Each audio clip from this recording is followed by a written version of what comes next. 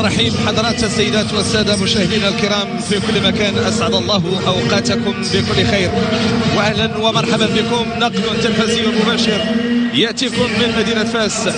نعم مشاهدينا الكرام، في أمسية كروية ودية تتوشح بالحماس والتنافس الأخوي يستضيف الملعب الكبير بمدينة فاس العريقة هذا اليوم الجمعة مباراة مرتقبة تجمع بين أسود الأطلس المنتخب الوطني المغربي ونسور قرطاج المنتخب التونسي. هنا تكريم يأتي على شرف أعمدة وعلى شرف أسماء تألقت على المستوى التعليق الرياضي. نعم، حينما نتابع كل من الزملاء القريشي وايضا عبد اللطيف الشريبي واللذان يتم تكريمهما هنا الملعب الكبير لمدينه فاس قبل انطلاقه هذا اللقاء، قبل انطلاقه هذا الموعد، قبل انطلاقه هذه الامسيه الكرويه الوديه التي كما قلت تتميز بالحماس بالتنافس الاخوي هنا بالملعب الكبير لمدينه فاس الذي يستضيف واحدة من المباريات القوية بين المنتخب الوطني المغربي والمنتخب التونسي.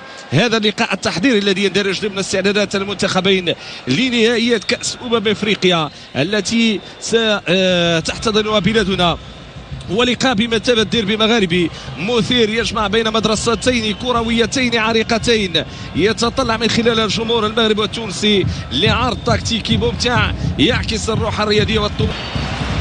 كرة في خط الوسط، البحث عن الانسلال والحكم المالي والبحث عن رفع الكرة داخل منطقة الجزاء إلى الكرة عرضية، كرة ممتازة كان بإمكان أن يكون الهدف الأول. هذه عملية هجومية أولى جاءت بالضغط على الدفاع ديال المنتخب التونسي، كان بإمكانها أن تعطينا الهدف الأول. سيباري من أيمن تأتي هذه الكرة تنفذ ممتازة، كانت أن تكون في الشباك، مرت بجانب القائم الأيسر. شاهدوا شوية مغربية، دخول ديال سيباري تمريرة ممتازة وحاول ضربة جزاء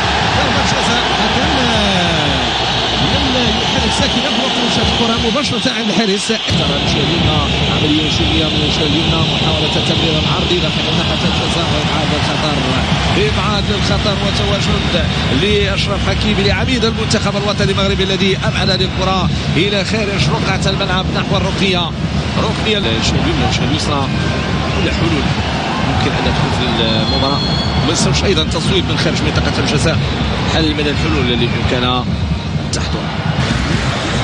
أيمن دحمان، كرة تنفذ داخل منطقة الجزاء قاسية، كرة عنده ناحي وناحي لعب عند بالعمري ما يتسرعش، يخرج الكرة رشع صوب الحارس. قولوا كيما لحد الساعة كيف يستخلص الكرة من الخصم بسرعة. كرة محاولة المرور، كاين الخطأ إلى الخلوص، سؤال ينطلق يدخل كرة محاولة التمرير العرضية داخل منطقة الجزاء. يوسف انصيري لعبها ببراعة، سددها بالرأس كأنه لمسها برجله، كأنه قذفها برجله. نعم، اختار كرة كانت جيدة. لاحظوا جاءت التمريرة من حكيمي من الجهة اليمنى، بعد ذلك الرأسية مشات فوق المرمى بصواب اللاعب بن عمري يمر بن عمري، كرة تمريرة عرضية وهناك تدخل من جانب الحارس. كرة لا تزال إلياس بن صغير يعيد الكرة، ولكن في آخر المطاف صوبة التماس للمنتخب الوطني المغربي. تماس كان ايضا قائد خد دفاع قوي الى جانب خالد بدره، واحد من الاسماء التونسيه المعروفه. حين نبقى مع الحاضر